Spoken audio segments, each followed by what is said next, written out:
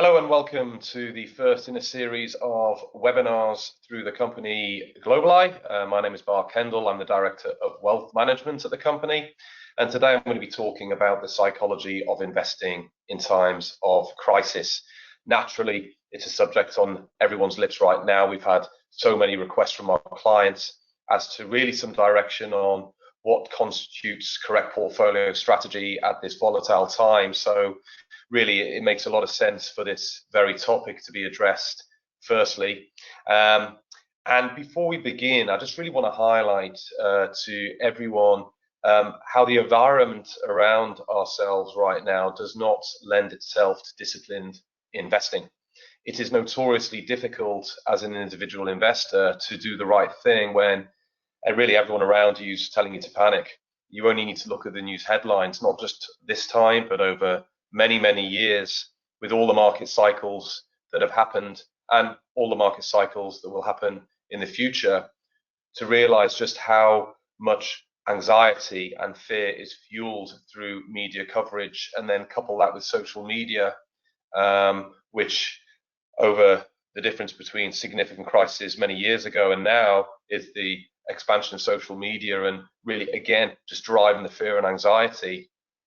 The effect of this means that individual investors are more likely to be impulsive and emotional with their decision making, as opposed to being measured and understanding the facts as they relate to market discipline and the behavior of markets over a longer period of time.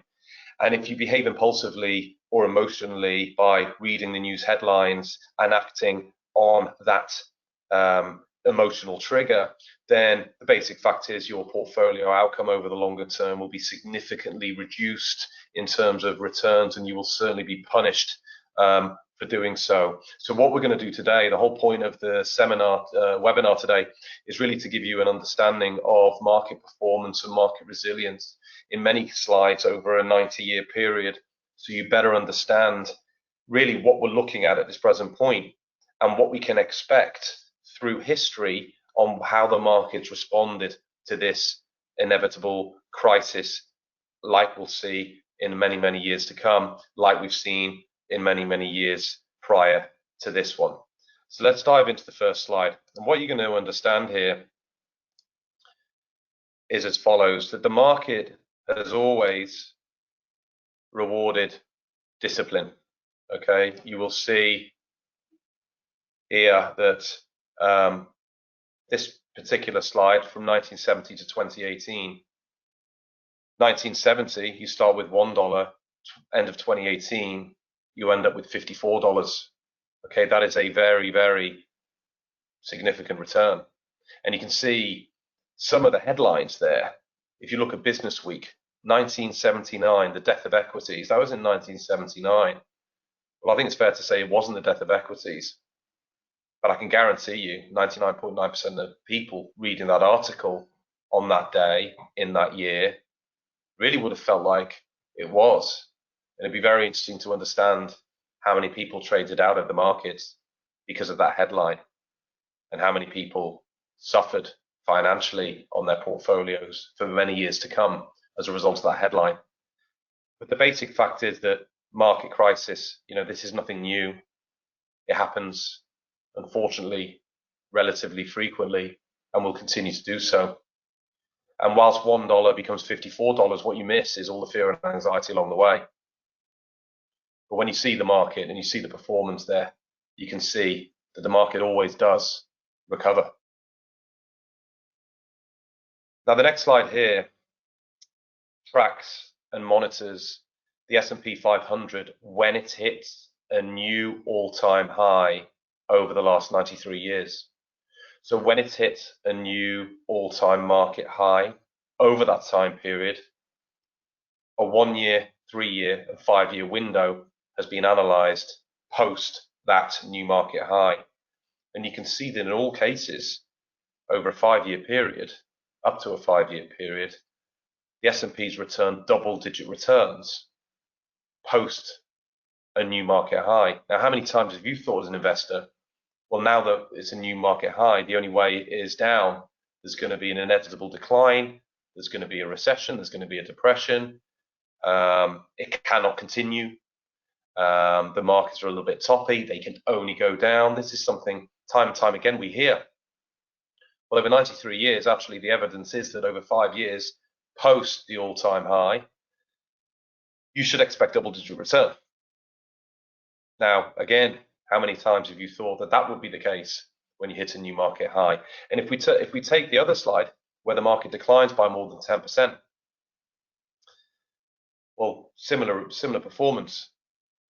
S&P declines by more than 10% in 1,127 observation points over 93 years.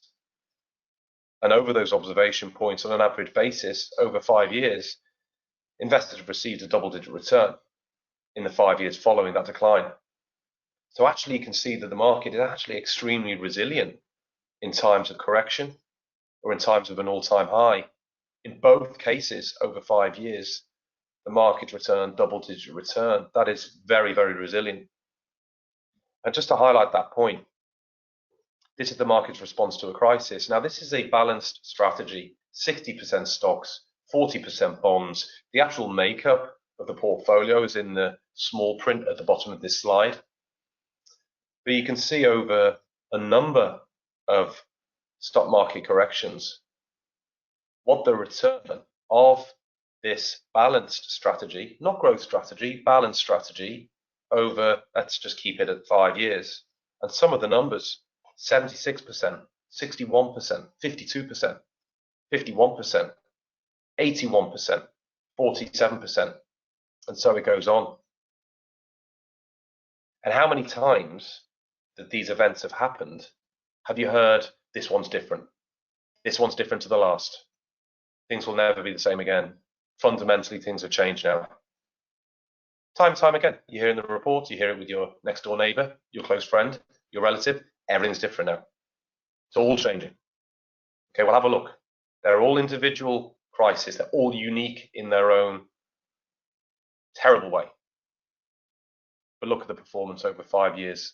Look at the consistency of return. It is very, very important to focus on that, especially at this time.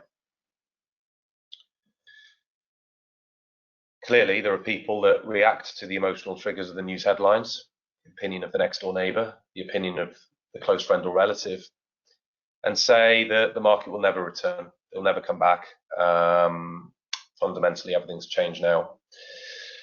It's going to go down another 50%. You know, we're trying to time the bottom of the market. I'll just go in when it's a little bit lower. Well, that's a dangerous game to play, as you can see below. So the S&P's returned 9.29% on average between 1990 to 2018. It's annualized 9.29%. If you miss the best day in the market over 28 years, one day, 28 years, that return goes to 8.87%.